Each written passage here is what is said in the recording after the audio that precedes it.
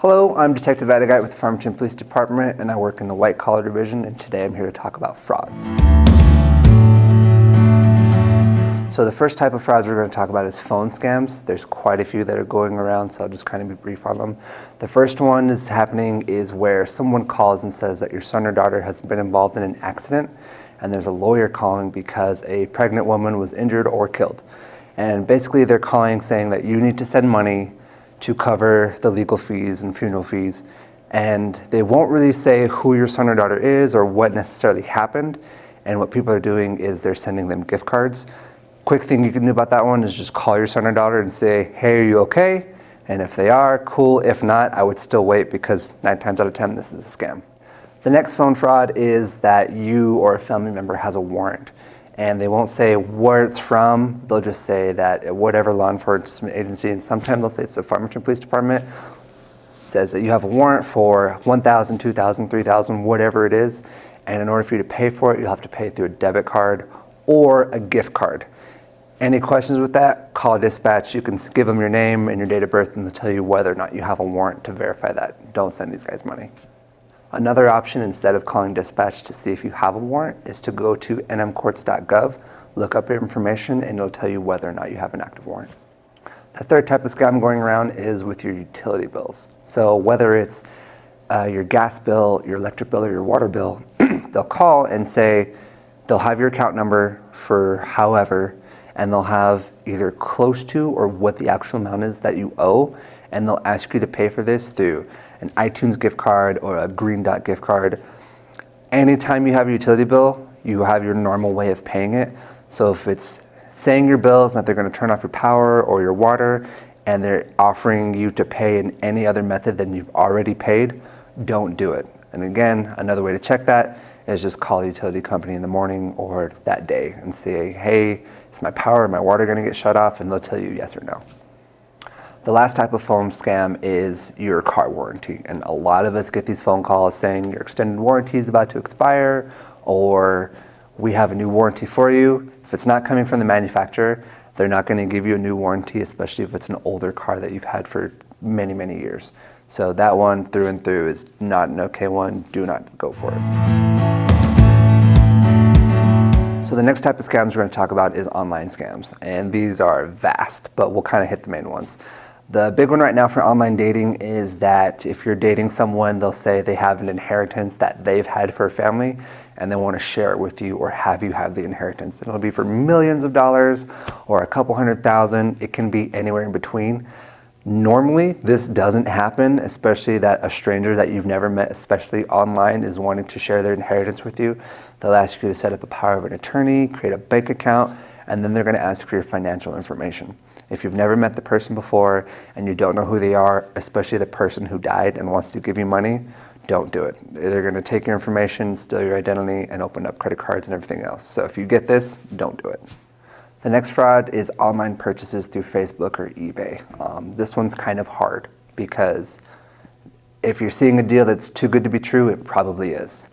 What they'll do is they'll sell you an item for $10 or $20, and you'll buy it, and they'll send you the item with a check inside of it, and they'll say, hey, cash this check and send me the money and then this extra amount, and you can keep the rest. And what they're doing is they're sending you fraudulent check.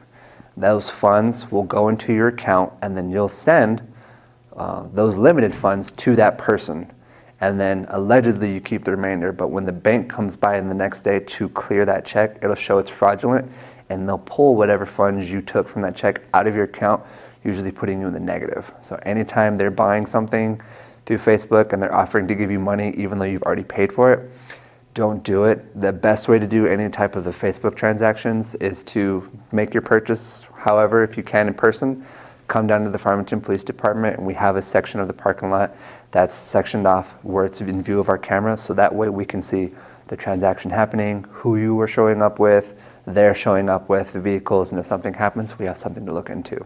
As far as eBay goes, if you don't know who the person is or you can't check their seller history, try to avoid it. Another scam through Facebook is buying real estate. So people are looking for rental places or houses for sale, especially now with COVID going on, and it's kind of harder to find a place to stay. But what's happening is that people that don't live here are listing properties for rent or other people's actual listings and saying it as their own, saying, hey, here's this nice place, we'll have a great deal, low rent, just pay the deposit online and we'll send you the keys. What's happening is they're giving you an account and charging you $600 for rent, $300 move-in fee, pet fees, whatever, and it's going to their account, but they don't actually own the property. If you can't physically check out a property, try not to make the purchase online. Even if you're living out of state, it's a lot easier to verify something in person than trusting it online nowadays. For everybody in the online dating area, be very careful. One thing that's going around, unfortunately, is a random person that you don't know will send you a message through Messenger or whatever social media app you're using, and it'll get kind of hot and heavy, very suggestive, mainly in the sexual nature. And what they do is, however you react to that, they will screen record everything and basically extort you, saying, if you don't give us $100, $200, or $500, we're going to send this video to all of your family members. And they'll show you what the video is, what they're going to show, and it's kind of at your discretion. The best thing is, if you don't know the person, don't engage. If they do have a video, you can call us and let us know. But the biggest thing is, if someone's messaging you and wanting to have a relationship and all this stuff and you don't know them, avoid it. So the next type of scams we're going to cover is employment frauds. These ones can encompass a lot of things, but we'll focus on two that are really specific. One is going to be where you have a job that's online, and you're not really making any contact in person, but they're paying you with a check. And what happens with a check is they'll send you a check saying, we're going to give you this much, say $2,000, you only need to send us $400 and you can keep the rest. You're like, oh man, that's a great job. But what happens is those funds will temporarily be available in your account. And so they'll be sent to the scam person, well, they'll collect the funds, and then the next day when the bank verifies those check funds, they're going to pull that money from your account, leaving you in the negative. If you don't know the company or they're wanting to pay through a check and you haven't been a long-term employee, best thing to do is avoid those. The next type of employment fraud is jobs online through Craigslist, Facebook, Instagram, and it'll ask you to be a personal assistant basically. And what'll happen is they'll say that you're going to manage someone's funds, whoever that person is, and they'll provide a name. They'll ask you to fill out a W-2 to try to get your financial information, because it does have personal information on there. And what they'll do is they'll send money into your account after you've provided them with your account information. They'll put numerous amounts from various sources, and then they'll have you make transfers from your account to various cash apps, whether it's Zelle, actual Cash App, PayPal, what have you. And you'll basically filter funds for them to various other people. But then you end up not getting paid in the end, because what they're doing is they're basically moving money through your account to these other fraudulent accounts. So they'll seem legitimate at first, but you'll never really get compensated for what you're doing, and they're just filtering all these stolen funds through your account. Now, that doesn't make you a suspect for the crime, but it does involve you in an investigation where we'll have to get your financial records. So how to prevent these frauds?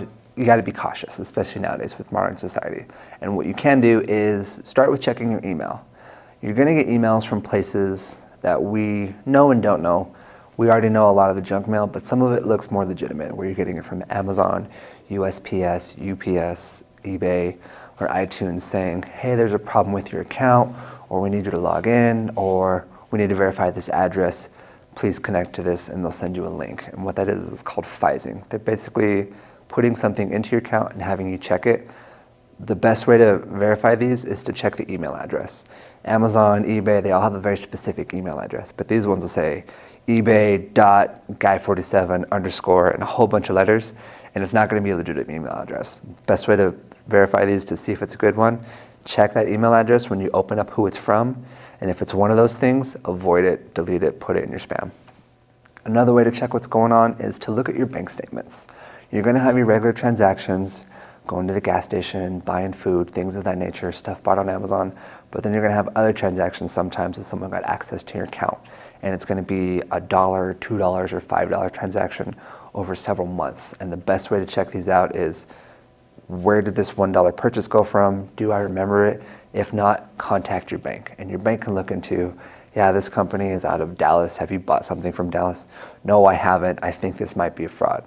They'll look into it, refund you the money, and then flag it as a fraudulent activity. The last form of fraud is mail. Check what mail you're kind of getting. So if you buy a credit card, 9 times out of 10, other credit card companies are trying to get a hold of you and offer their services to you.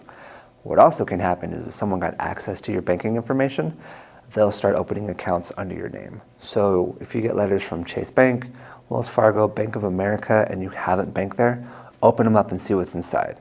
You'll be able to tell whether it's an advertisement for a credit card versus thank you for opening an account with us. Here's your debit card, here's your checkbook. If you're getting stuff like that and you've never banked with them before, get a hold of that bank and let them know, hey, I got a letter from you saying I have a debit card. I've never been to one of your branches before. I think someone got my information, and their fraud department will look into it. So with everything going on, what can you do to protect yourself? The best way to do it is very simple steps. Check your emails. If you're getting an email from someone you don't know, don't open it. 9 times out of 10, it's probably going to be a scam or junk mail, and nobody likes that anyway. The other option is to make sure you're checking your bank statements monthly to know what's going in your account and what's coming out of your account. Another option you can do is a yearly credit check through Experian, TransUnion, and Equifax. These are the main credit card companies that handle identity theft and fraudulent credit. And you can run a credit report, see if there's been any loans applied for in your name, any credit cards, and if you do find something, you are able to dispute it. But lastly, call us. If you don't know what's going on, give us what you see or what you found, and we can look into it for you. And that way, you're avoiding a lot of headache in the long term.